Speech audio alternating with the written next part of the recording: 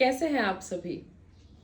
जब हम किसी के बारे में नेगेटिव थॉट्स रखते हैं, है ना, उसकी बिना बात के बुराई करते रहते हैं, हमारे मन ही मन में उसको कोसते रहते हैं, उसका बुरा चाहते हैं, उसका ऐसे हो जाए ऐसे हो जाए। आपको पता है कि ऊर्जा के स्तर पर आपके भाव उस व्यक्ति की आत्मा तक जाते हैं और उस व्यक्ति के भी मन में आपके प्रति उसी तरह के विचार पनपने लगते हैं बिना किसी बात के। चाहे आप कभी आमने सामने आके कुछ आपने कोई हॉट टॉक नहीं की, लड़ाई नहीं की, लेकिन फिर भी उस व्यक्ति की चेतना में आपके प्रति वैसी छवि बनने लगती है। इसे एक प्रसंग और एक कहानी के माध्यम से समझाती हूँ। एक राज्य में चंदन की लकड़ियों का व्यापारी हुआ करता था। एक दिन राजा ने यह तय किया कि मंत्री के साथ वेश बदलकर वह राज्य का मुआयना करेगा कि प्रजा सुखी है कि नहीं। राजा ने वेश बदलकर मंत्री के साथ में राज्य का मुआयना शुरू किया और जब वह उस व्यापारी की दुकान के सामने से गुजर रहा था तो राजा एकदम से असहज हो गया और बिना बात के उसको उस व्यापारी पे गुस्सा आए। उसने अपने मंत्री से ये बात बताई कि मंत्री जी, मुझे पता नहीं क्यों इस व्यापारी की दुकान के सामने से गुजरते हुए इस पर बड़ा क्रोध उत्पन्न हो रहा है। ऐसा क्यों?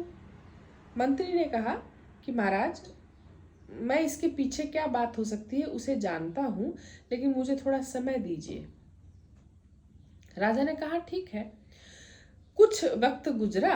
करीबन 1 महीने बाद में राजा फिर अपने मंत्री के साथ राज्य के मुआयने पे गया और उसी व्यापारी की दुकान के सामने जब गुजर रहा था तो राजा के भाव एकदम से बदल गए और इस बार उसके मन में उस व्यापारी के प्रति आ रहा था कि ये व्यापारी कितना सुखी हो जाए, मैं इसके लिए क्या कर दूं, इसके लिए क्या अच्छा करूं कि व्यापारी और सुखी हो जाए। राजा ने मंत्री से पूछा कि मंत्री, जब मैं पहली बार इसकी दुकान के सामने से गुजरा तो मुझे क्रोध उत्पन्न हो रहा था बिना बात के, और आज मुझे इस पे प्रेम आ रहा है। तुमने ऐसा क्या किया?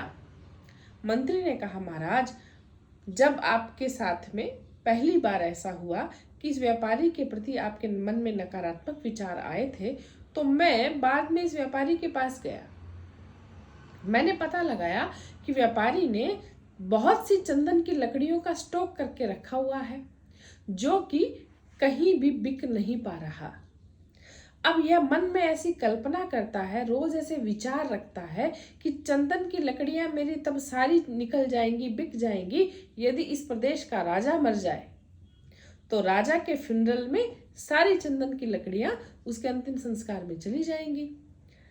जब मैंने इससे बात की जाके तो मैंने इससे ये कहा कि कुछ नहीं, यहाँ के राजा एक बहुत बड़ा यज्ञ करने जा रहे हैं, बहुत बड़ा हवन का आयोजन हो रहा है, तो तुम्हारी चंदन की जितनी भी लकड़ियां हैं वो हमें दे दो। और ये व्यापारी बहुत खुश हुआ। इतना ही नहीं, हमने इससे ये कहा कि तुम जितना स्टॉक ला सकते हो उतना लाओ, और हमने इससे सारी चंदन की लकड़ियां खरीद ली। उसके बाद में इसके मन में ये भाव आ रहे हैं कि इस देश का राजा खूब जिए, खूब तरक्की करे, उसका खूब यश बढ़े और मैं खूब चंदन की लकड़ियां लाऊं और राजा के राज्य में, महल में बेच दूं।